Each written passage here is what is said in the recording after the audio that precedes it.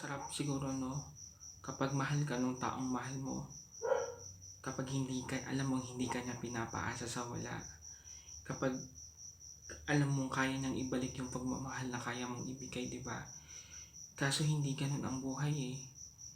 Minsan kung sino pa yung talagang nagmamahal, sila pa yung nasasaktan. Sila pa yung laging iniiwan. Sila pa yung laging parang binabalewala. Pero gano'n siguro talaga ang buhay. Hindi mo mapipilit ang isang taong ibalik sa'yo yung pagmamahal na binigay mo sa kanila. Kasi minsan pa nga, kung sino pa yung mas marunong magmahal, kung sino pa yung kayang magbigay ng mas higit na pagmamahal, sila pa talaga yung iniiwan. Kasi naranasan ko din yun. Yung tipong grabe ka magmahal, yung grabe ka magbigay, pero at the end of the day, ikaw pa rin yung iiwan. Ikaw pa rin yung hindi ina-appreciate. Ikaw pa din yung parang hindi niya kailangan sa buhay mo. Sa buhay niya. Pero ganun siguro talaga, di ba? Masasaktan at masasaktan ka sa isang bagay na importante sa'yo, na hindi mo magawang iwanan kasi alam mong mahal mo, na hindi mo kayang iwanan dahil alam mong mahal mo, na hindi mo kayang kalimutan kasi alam mong mahal mo.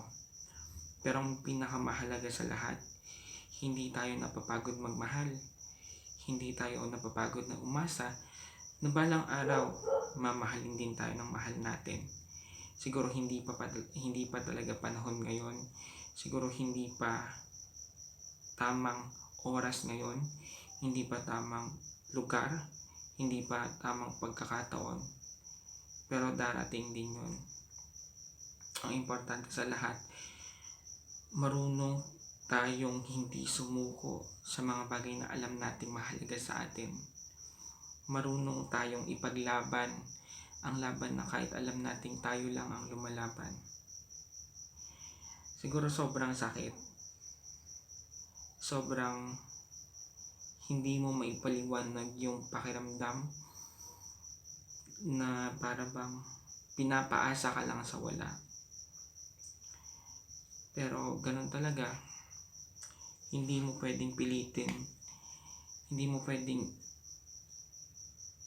i-push, hindi mo pwedeng pakiusapan kasi ang pag-ibig hindi naman yan parang kapag hindi ang pag-ibig ay hindi yan parang bagay lang na ibibigay sa'yo basta-basta. Yan ay ina-earn, yan ay nade-develop.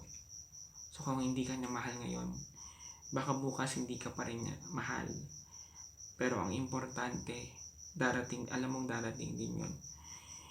Pero kung dumating yung point na hindi pa rin bumabalik sa iyo yung pagmamahal na hinihintay mo sa kanya, siguro panahon na para kalimutan siya, para mag-move on ka sa buhay na wala na siya.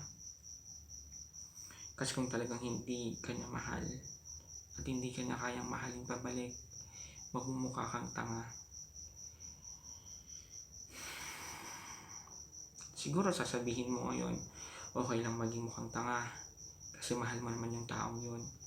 Pero hindi mo ba iniisip yung sarili mo na habang nagmumukha kang tanga, yung taong nagmamahal sa'yo, baka mapagod na sa paghihintay na mapansin mo siya, na mahal mo din siya. Diba? So maganda kung marunong nating pansinin yung mga bagay-bagay na nakapaligid sa atin.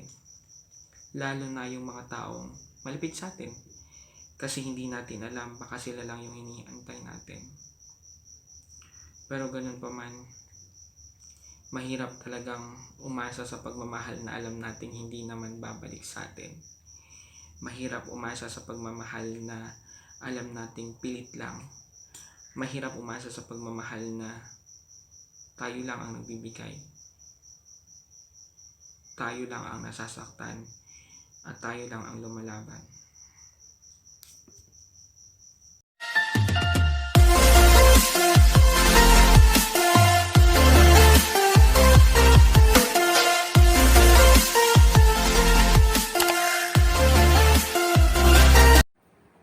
So, hi guys!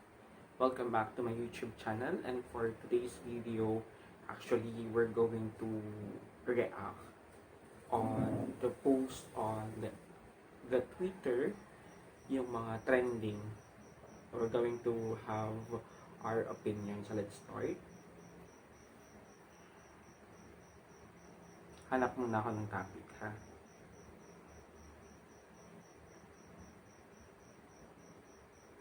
So let's see here.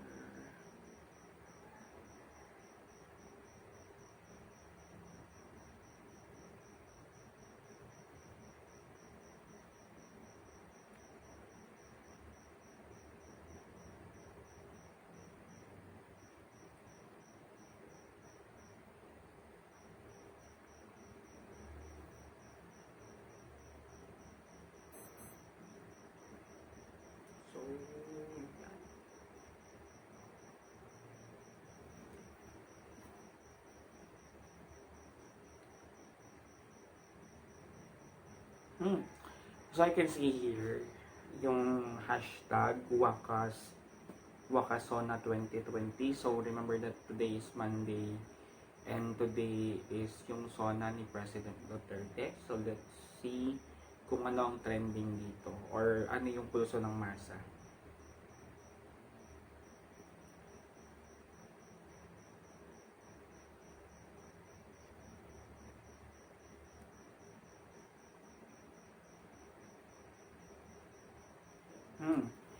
So we deserve leaders who knows that we need and knows how to care for our well-being. What we don't deserve are leaders who are problematic and do not seem to know their responsibilities.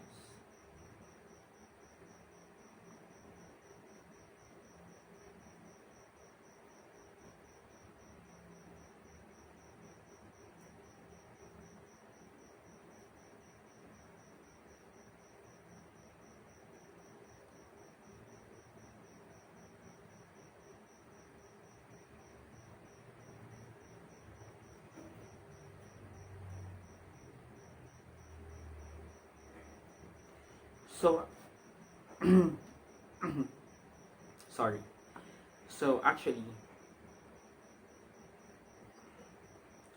yung mga government official natin is that hindi lang ito, like, this is the side effect or ito yung effect or yung result ng ginawa nating election. So, if we were responsible and voting and then hindi tayo nagpadala dun sa mga campaign ads nila and then we voted for what is right or what we think is right, then I think na we will not have any problem on the government.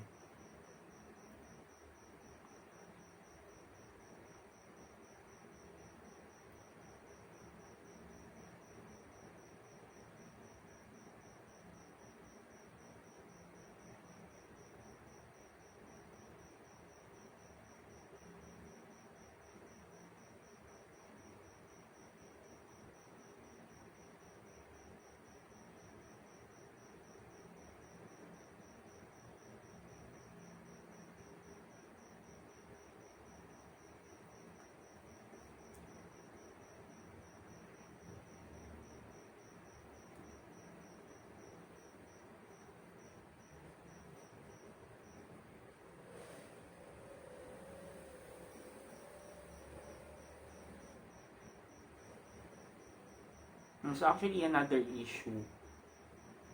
So wait, bagahan na pa. Screenshot ko na lang and then I just show it later.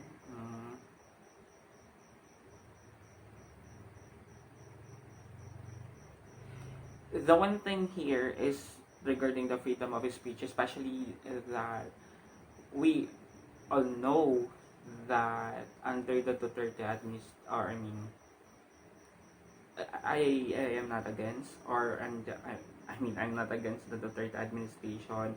I'm not against those nagprotest. I'm just reading what is written on the Twitter. So, don't get me wrong. Baka, alam na, ma-terror bill tayo.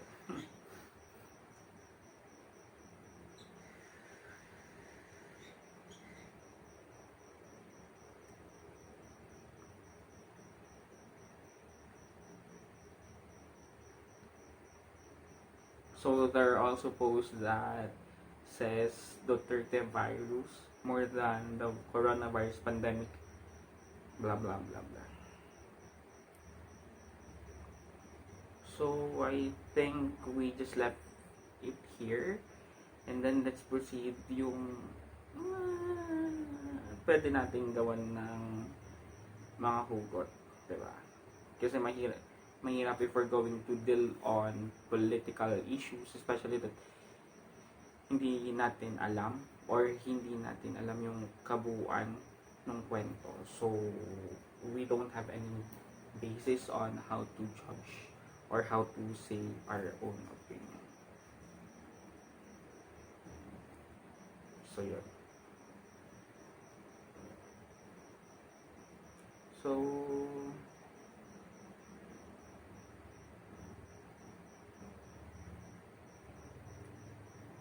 dito tayo sa fact feelings na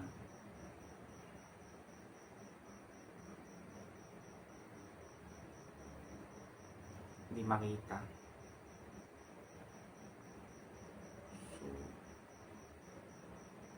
ito, ang sabi dito, it hurts seeing how fast you forgot me. Masakit na madali ka nilang kalimutan. Masakit talaga. Pero you just need to deal with the pain kasi after all naman, it shows na they really don't bother to care about you.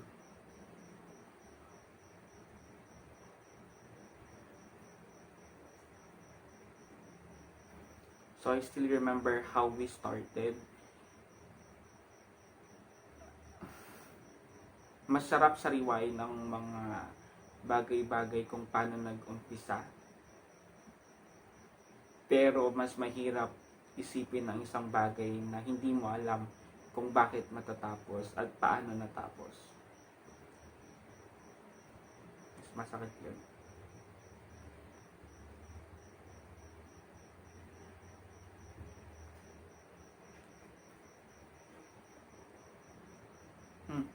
Tired of being the one who keeps trying.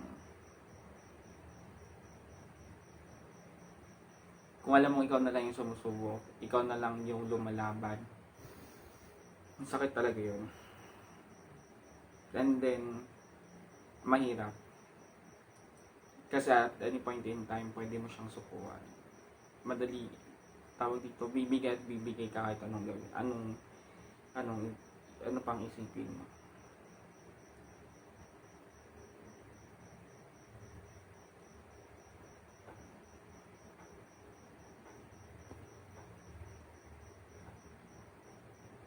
I can't describe the feelings you give me.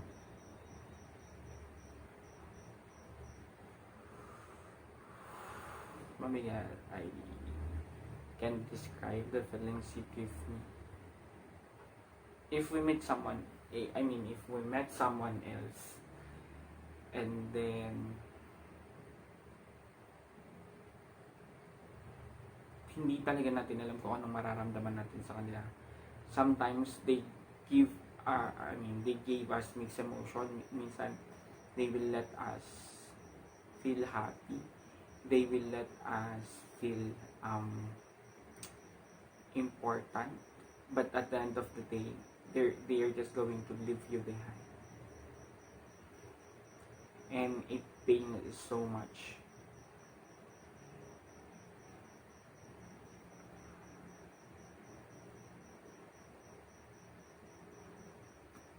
Another one, I want to go back to the day I met you. Masarap siguro lahat naman gustong balikan. yung araw kung kailan sila nagkakilala. Kasi by that time, all the emotions are pure, all the emotions, yung tawag dito, there's no intention of falling in love. There's no intention of hurting that person. There is no intention to deal with that people. It's just that you just became strangers to each other, and then you along the way fall in love with each other. Yun yung best feeling.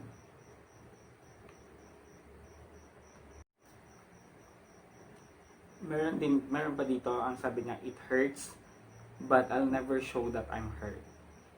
Kasi there are people who would not allow anyone else to know that they are in pain because they are afraid to be judged.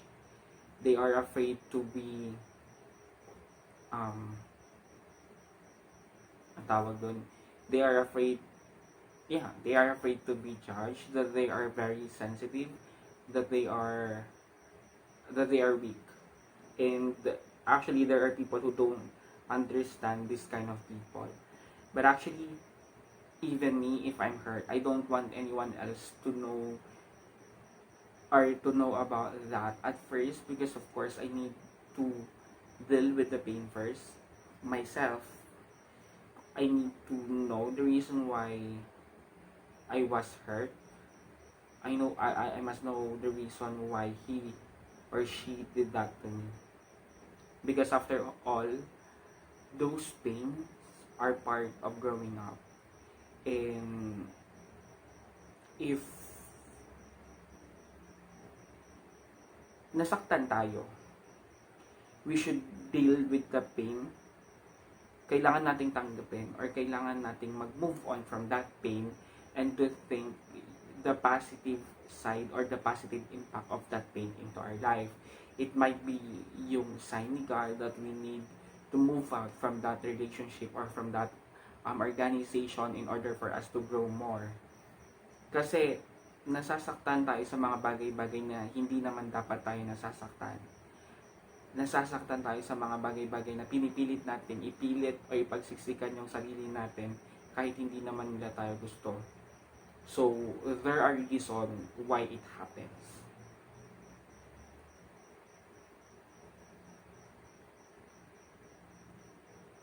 Okay, let's see another one.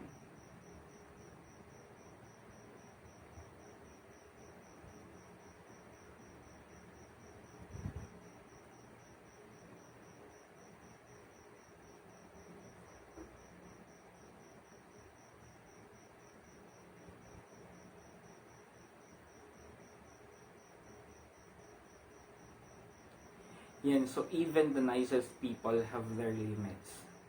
Even the nicest people have their limits. Ang tao kahit gaano yan kabait, kahit gaano yan mapagbigay, kapag inabuso, aabot din sila sa point na bigla na lang silang mapupuno. Bigla na lang silang mapapaisip kung bakit nangyayari yun sa kanila. And we should not let that to happen. We should always understand na people or yung mga abusad, yung mga mababait na taong to, or yung mga taong to na masyadong mabait, even if they are so much kind, kapag inabuso sila, dadating sila sa point na mawawalan na sila ng tiwala sa ibang tao. Because they will think na inaabuso na lang sila lagi. Another one.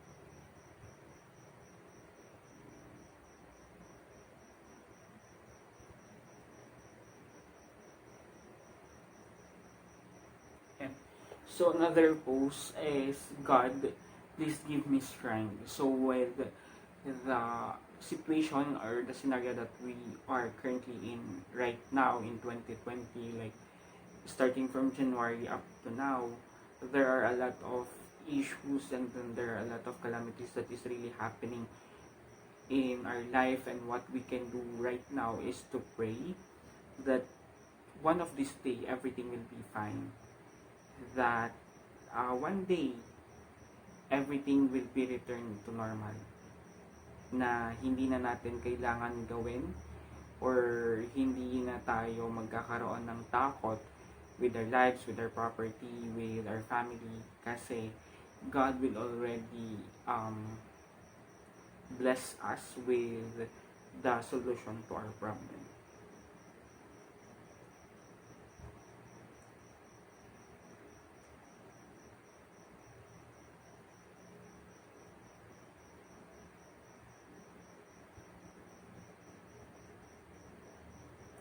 Another one, I'm sorry I was not good enough, but I tried.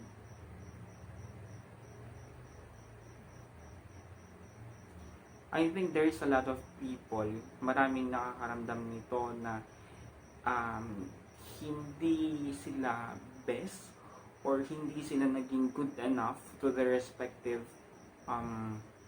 role, but then they tried. It's just that they was na, I mean, siguro they were not acknowledged, or they were treated that they are not good enough. But I think for as long as you go or you support the system, you support the organization, you're good enough on your role.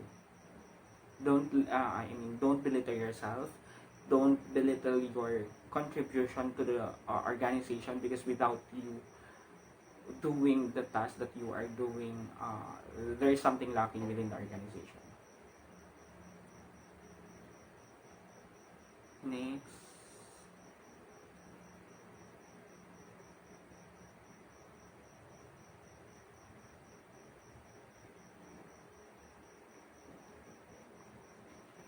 Here, sometimes staying quiet is the best option. I think this is true. That sometimes staying quiet is the best option, because sometimes nakakapagsalita tayo ng mga bagay-bagay na hindi naman dapat natin nasasabi, because kapag gulong-gulo yung utak natin, like we tend to speak words that are not meant to be uttered, or that are meant to be that are meant to be within ourselves. Kasi when we are quiet, or when we stay quiet first before saying something, we control all the emotion that might arise from that situation.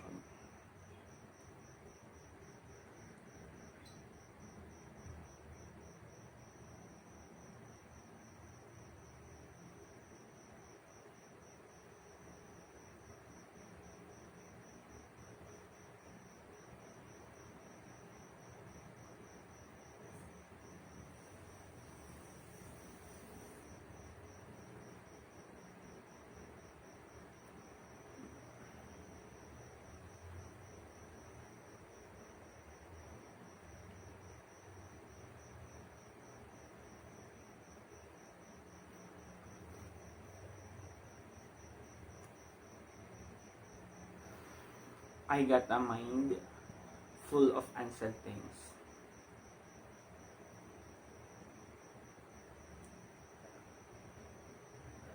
Meron talagang part sa sarili natin na we often don't talk about the things that we know in our life, especially the things na alam nating makakasakit sa ibang tao. But then, if we know that this information are essential, or this can help that person or the organization, then I think we should say it. We just don't leave that on our brain, or we just don't leave that on our head, because at the end of the day, kailangan masabi natin to sa taong involved. Yes.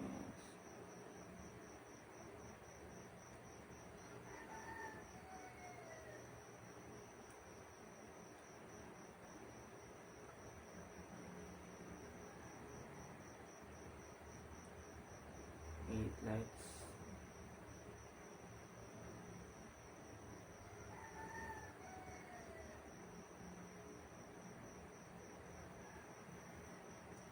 stuck in between not caring at all and caring too much.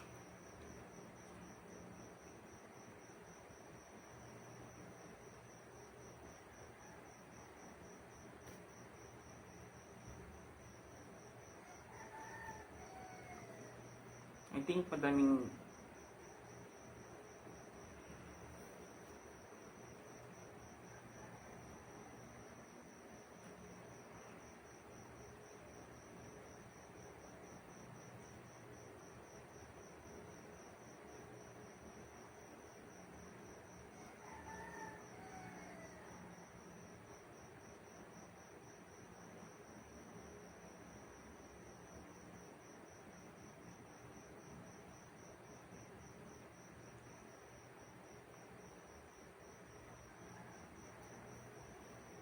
ang sabi pa dito, always remember who was still with you when you were struggling. Kasi we should always give credit to them because without them na umakay sa atin during our down times or during the time na sobrang bagsak na bagsak tayo. We should give them the credit because without them, we will not have the support system that we need. If you don't fight for what you want, don't cry for what you lost. Kasi dapat hindi tayo natatakot sa mga bagay-bagay na paraan or hindi tayo natatakot na subukan yung mga paraan na alam natin just for our wants or our dreams to be in reality or maging reality siya. Because at the end of the day, pag hindi natin to ginawa, wag tayong iiyak sa mga bagay na hindi natin nakuha. Kasi that's our fault.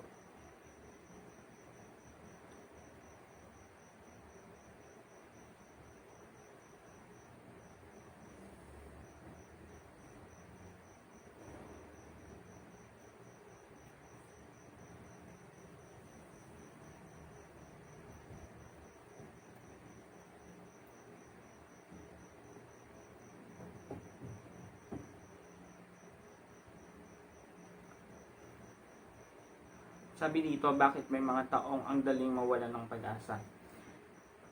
I think na masyado ng madaming mababaw pa yung mga pinagdaanan ng mga taong to. Kaya kapag may nangyari sa kanila or there's something that happens na gumulo sa buhay nila, nawawalan sila agad ng pag-asa. Like, wala silang support system. Not like yung mga taong maraming pinagdadaanan, they have the strong support system na alam nilang tatakbuhan nila whenever they encounter things like this.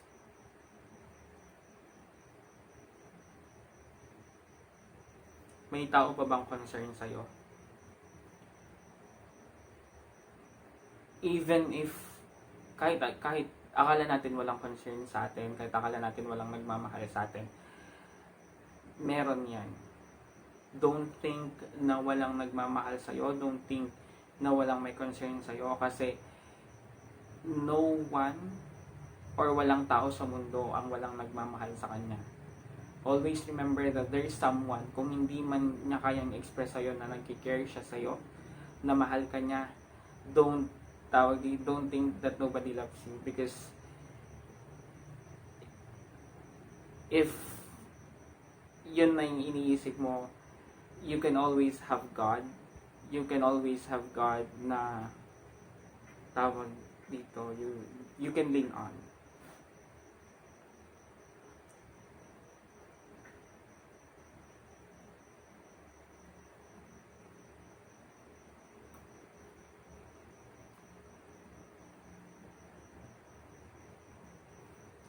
Ang sabi pa dito, in the end of the day, you only have yourself. Masyadong selfish. But then, in reality, tama siya. Kasi, you were born alone. You were were born alone, pinanganak kang iisa, so you will die alone. And then, dapat you only trust yourself.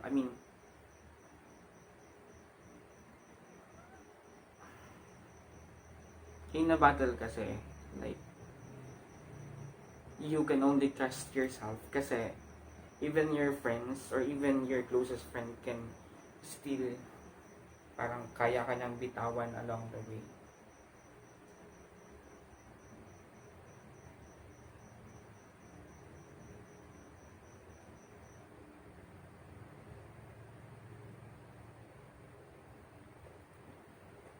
So yung tanong na bakit natin tinataboy yung taong nagsasakripisyo para sa atin,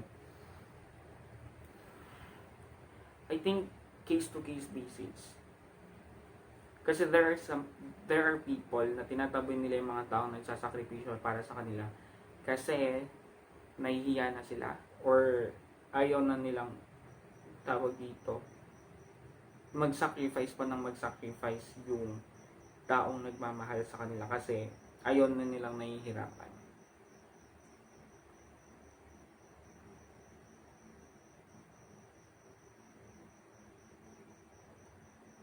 Ito. May ibabalik pa ba ang dating tayo?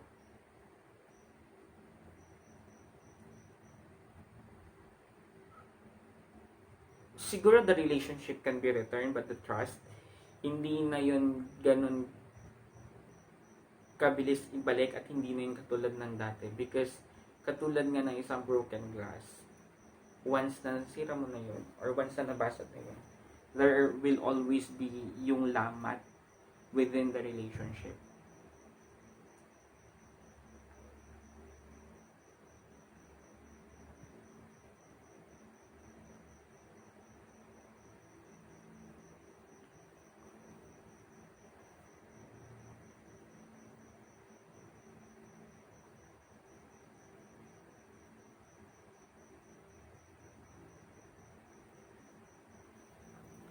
Bakit ba tayo na in love sa taong di naman pwedeng maging atin? Sounds really, sobrang relatable. Bakit ba tayo na in love sa... Siguro, there are qualities na nakikita natin sa taong to that makes us fall in love with them.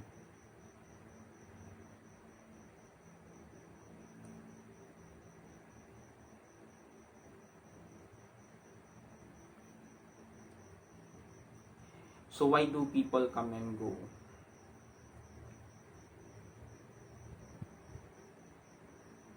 People come and go. People come into your life and people go out into your life because that's their purpose. Once they are done with their purpose in your life, then aalis na sila. It's like it's like leveling up yourself. Like sa level 1, alimbawa grade sa parang parang pag-aaral. Like kapag tapos ka na sa grade 1, naturuan ka na sa grade 1, mag-grade 2 ka na. So ibig sabihin, yung mga nakasama nating tao sa grade 1 is possible na hindi na natin sila kasama, or para mas realistic, yung mga klase natin ng elementary, may possibility na hindi na natin sila kaklase until college. Kasi leveling yan. Okay. So why do people come and go? Yun. Bakit mahirap maging consistent? Siguro mahirap maging consistent kasi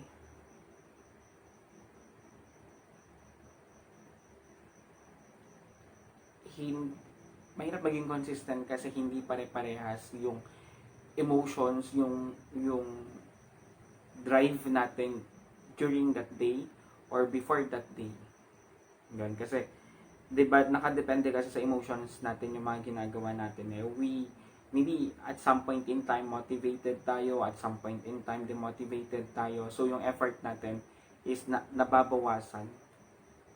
Depende sa sitwasyon.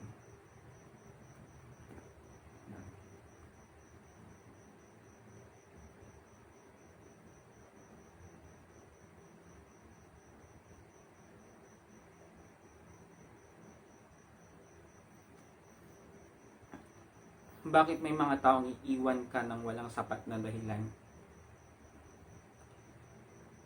Um, hmm?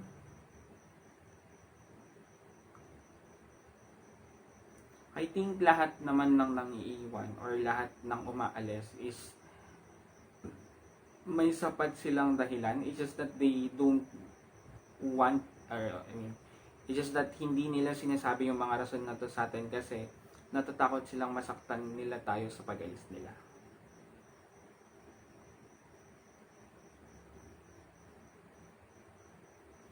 Ito, how many chances can you give to the person who hurt you?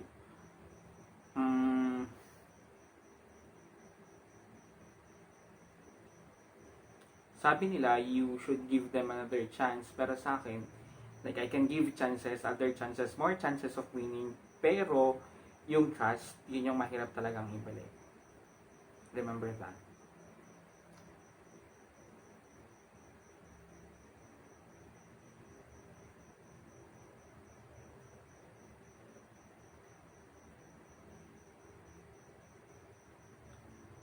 Ito, efforts are better than promises. Siyempre, tawag dito, when we see action from the person na nangako sa atin ng isang bagay, or tawag dito, yung nakikita natin ina-execute yung mga bagay-bagay kaysa sinasabi nila sa atin, mas maganda yon. Kasi when you make promises and you were not able to do that, makakasakit lang tayo. Parang pinaasa lang natin yung tao.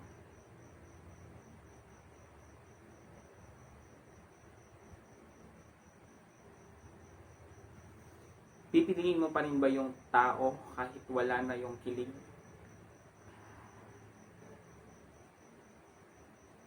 Siguro sa akin hindi na. Kasi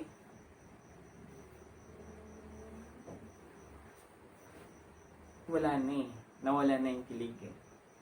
So parang wala na. If you develop, I mean, kung na-develop man siya sa'yo, baka hindi ko lang din siya mabalikan nung ibibigay niya.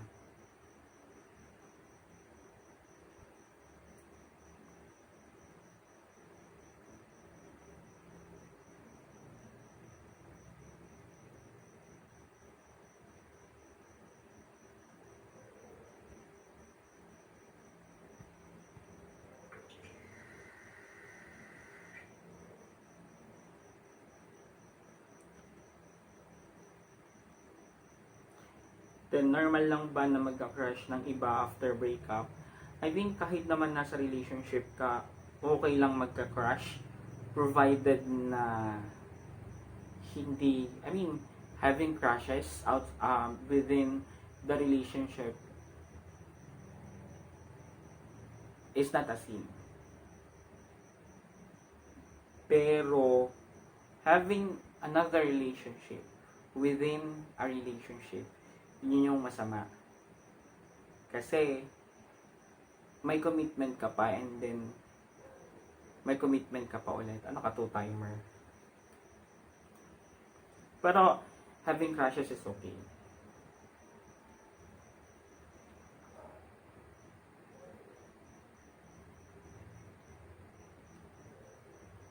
Nakakaganda ba ang paninira? Well, hindi nakakaganda ang paninira kasi at the end of the day, yung taong naninira sa'yo, sila pa yung sinisira nila yung image nila sa ibang tao. Nagpapakilala sila. Yeah.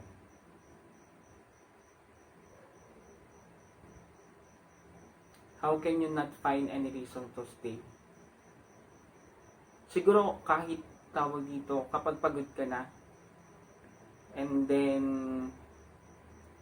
paulit-ulit kang nasasaktan, kahit anong gawin mong rason para magstay, kahit anong pilit mo para magstay, hindi na tawag dito, hindi na gugustuhin ng sarili mo na magstay pa.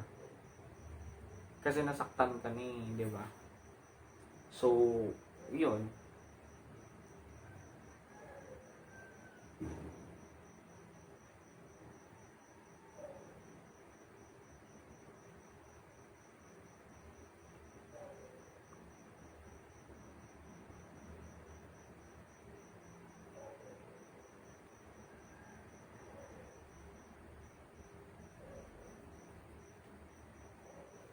to, bakit ang hirap? Bakit ang hirap? Iwasang mahulog sa taong alam mong pampalipas oras ka lang. Kasi siguro may nararamdaman ka sa taong yun. Kaya kahit alam mong second option ka lang, is green up mo na. Pero kung ako, hindi ako papasok sa relasyon na alam kong pampalipas oras lang. Kasi, ang mangyayari nun, ako lang yung mag-effort, ako lang yung magmamahal, and then, nganganga lang ako sa pag-aantay sa wala.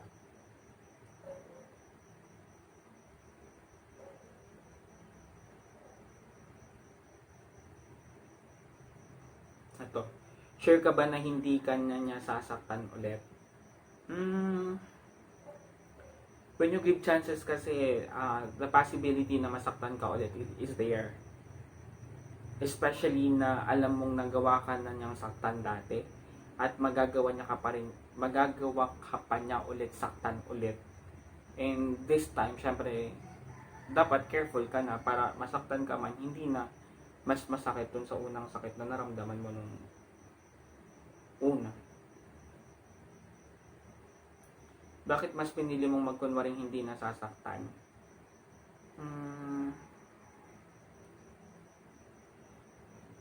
Kasi yun ang kailangan. Na kailangan mong ipakita sa kanila na hindi ka affected, na hindi ka nasasaktan, para hindi sila maawa sa'yo.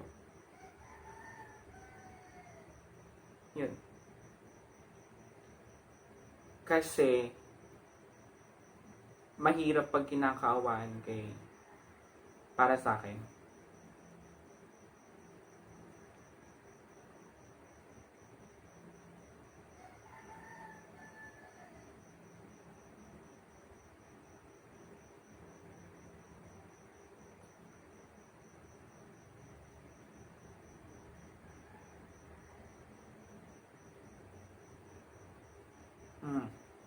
Bakit ako yung nasasaktan, ako naman yung nangiwan?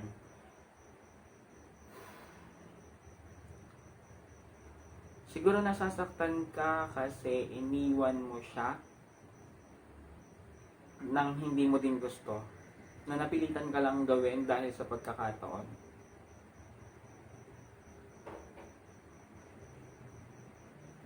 Bakit kailangan uulit-ulitin yung kasalanan na nagawa?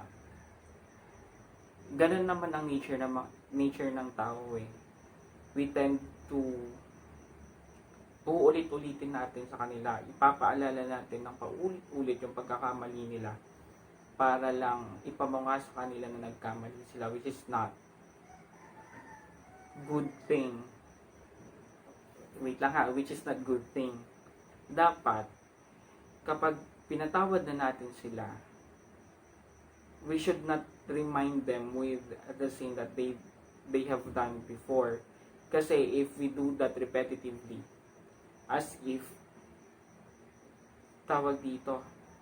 pinapamukha lang natin dun sa tao na tayong tiwala sa kanila, which is not tama or which is not correct.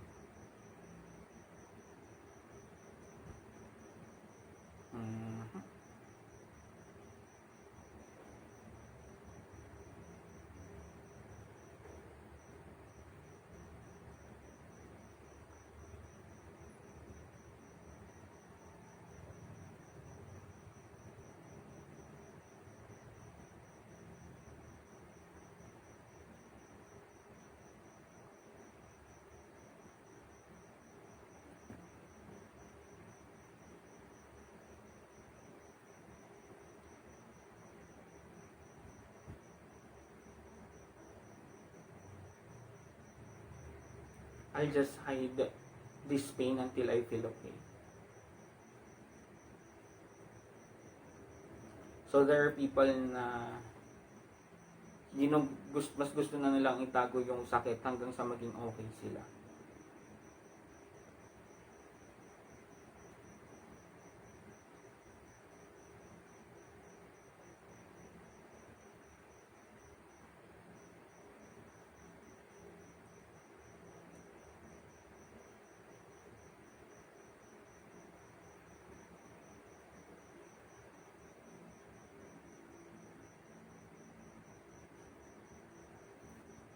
Anong mas masakit? Mang-iwan o maiwanan? Sa akin, ang mas masakit yung maiwanan. Especially if walang closure. Hindi mo alam kung bakit ka niya iniwan. Hindi mo alam kung may nagawa ka bang hindi maganda, may nagawa ka bang masama within your relationship, kaya ka niya nagawang iwan. Pero if there is closure, I think both parties naman ay makakaramdam ng sakit. Pero, yun nga, in every relationship, dapat i-express natin kung bakit natin sila iiwan so that they know how to move on with their life. We should not leave them hanging.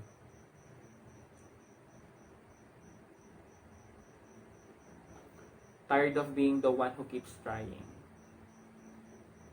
So, there are people na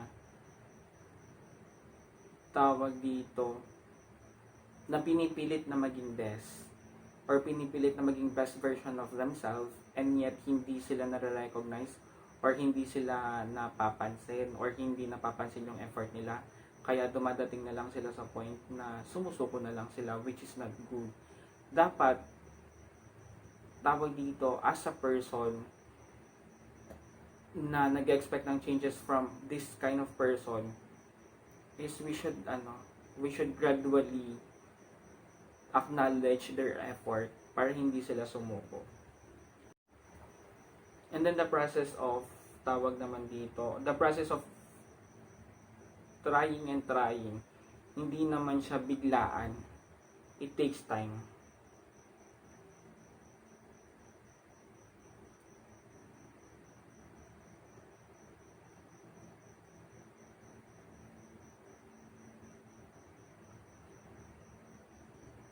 Always trying to be enough for you. Kasi, this is more on love affairs. Kasi there are some relationship na kahit sinusubukan nilang maging enough is hindi nila nararamdaman na enough na sila.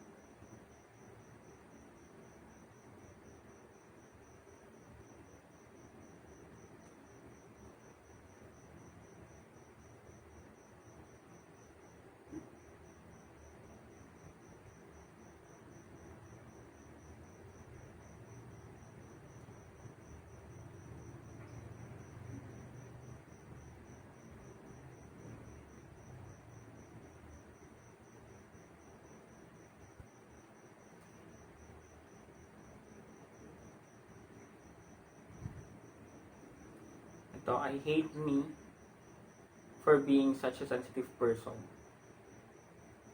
I hate myself.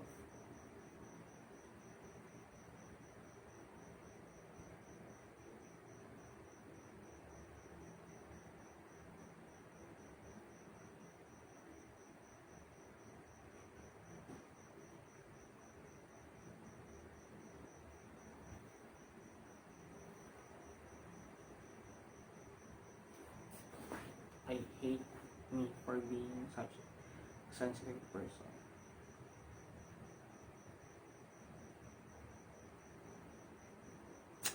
So, salit lang. Tatawagan ko lang tong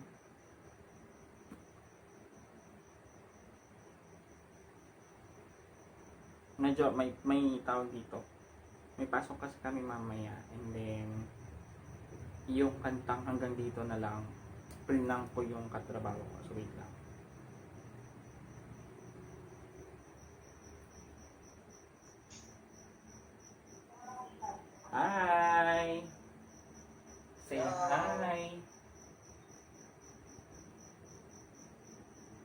Say, Ayos na. Camping mo dyan sa pang vlog yan eh. nagpa-vlog ka ako. Wala nakita natin sa ano? Nakita natin sa Victory mo. Nagpa-vlog ka ngayon? Yes, and actually, I'm live. Say hi. Sira ulo ka. Hi, papasok ka nga mamaya. Sabi mo walang pasok. Inventory, Oh. Kaya nga, sabi mo walang pasok. Ako.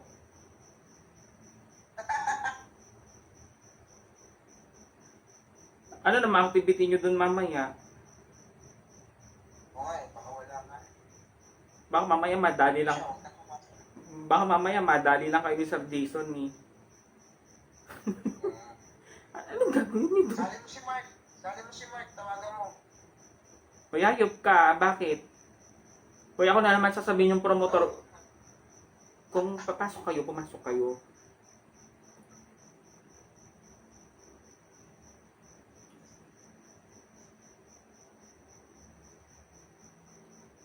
So, yun nga. So, there are people na kapag nasasaktan sila, they tend to give up on the things that they want in their life.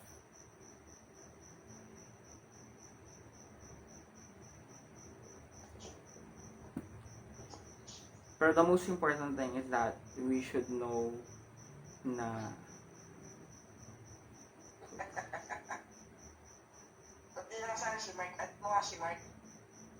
bakit ako ikaw ang ano ba? Paano mag-add?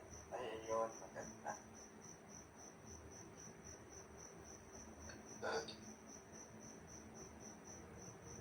Magkano pili mo? May iba-ibang ano yun eh, ilaw. Ba may iba-ibang ilaw yun?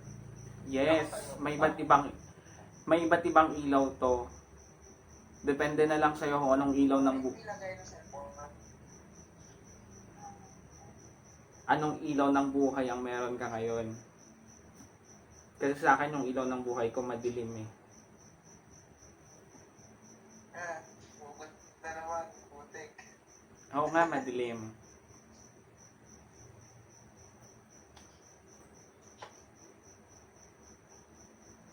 Diba?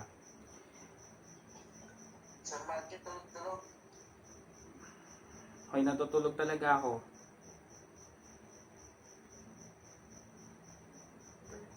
Mas niya ako. Ha? Medyo malaki apartment niya. Maliit lang.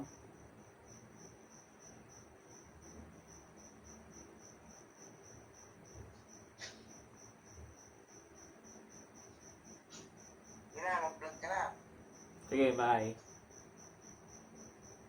Tapat ka lang pumasok eh. O hindi.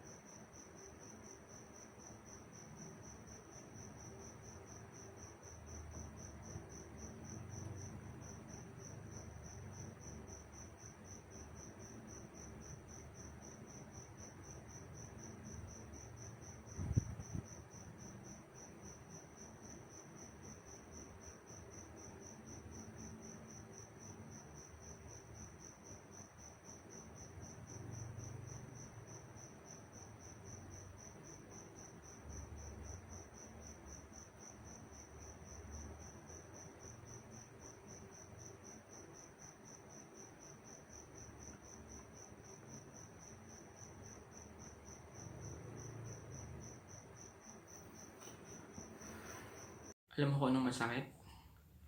Yung pinipilit, yung patuloy kang umaasa sa isang bagay na alam mo kahit anong gawin mo is hindi ibibigay sa'yo. Na kahit anong pilit mo, na kahit anong effort mo na makuha yung isang bagay na yon ay hindi yun mapupunta sa'yo. Pero alam mo kung anong pinakamasakit? Yung na-realize mo sa sarili mo na kahit binigay mo na lahat, na kahit said ka na kahit wala nang natira sa'yo, wala pa rin naka-appreciate sa ginawa mo. Hindi ka pa rin niya napansin. Na mapapaisip ka na lang kung tama pa ba yung ginagawa mo, kung itutuloy mo pa ba yung gagawin mo, at kung gagalaw ka pa rin ba pagkatapos nito. Kasi sobrang bigat, sobrang hirap umasa sa isang bagay na alam mo wala namang babalik. Katulad ng pagmamahal.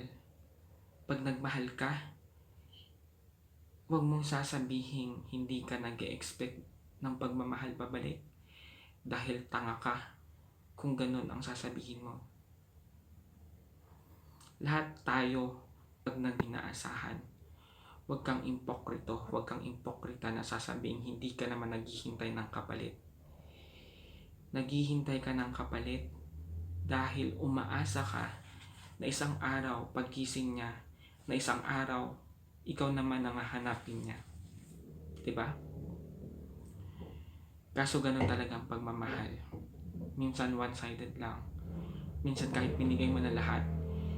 Sarap siguro no, kapag mahal ka nung taong mahal mo, kapag hindi ka, alam mong hindi ka niya pinapaasa sa wala, kapag alam mong kaya niyang ibalik yung pagmamahal na kaya mong ibigay, di ba? Kaso hindi ganun ang buhay eh. Minsan kung sino pa yung talagang nagmamahal, sila pa yung nasasaktan. Sila pa yung laging iniiwan. Sila pa yung laging parang binabaliwala. Pero ganun siguro talaga ang buhay. Hindi mo mapipilit ang isang taong ibalik sa iyo yung pagmamahal na binigay mo sa kanila. Kasi minsan pa nga, kung sino pa yung mas marunong magmahal, kung sino pa yung kayang magbigay ng mas higit na pagmamahal, sila pa talaga yung iniiwan. Kasi naranasan ko din yun. Yung tipong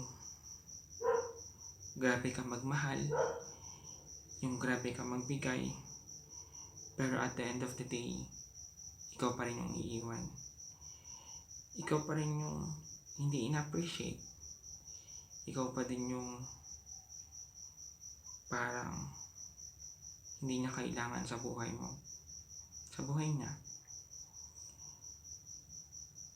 Pero ganun siguro talaga, di ba?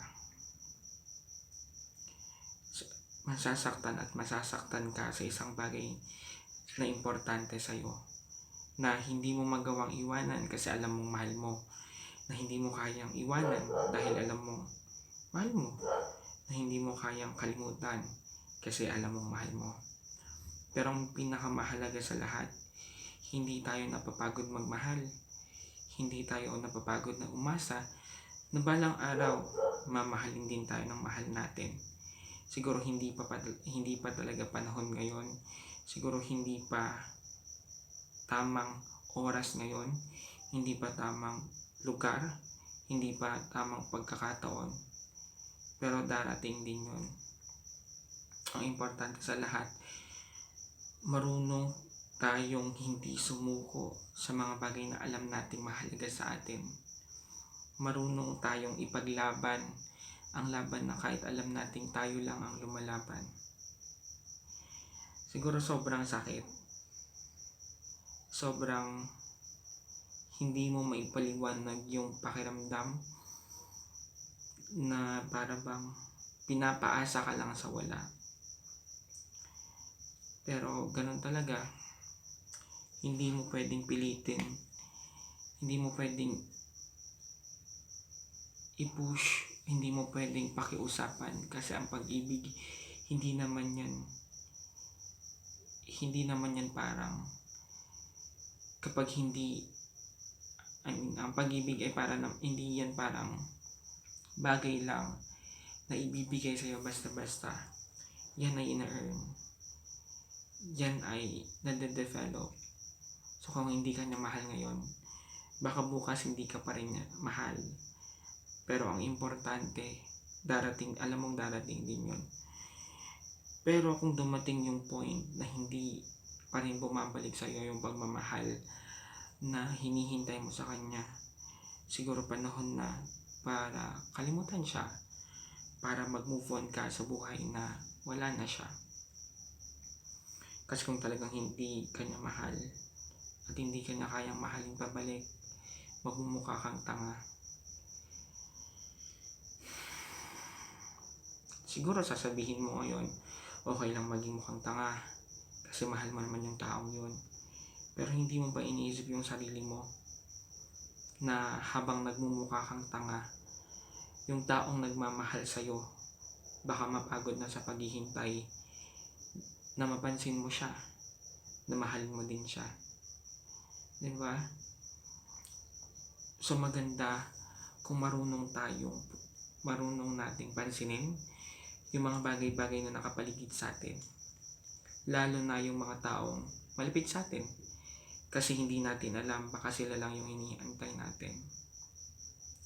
Pero ganun pa man, mahirap talagang umasa sa pagmamahal na alam nating hindi naman babalik sa atin. Mahirap umasa sa pagmamahal na alam nating pilit lang.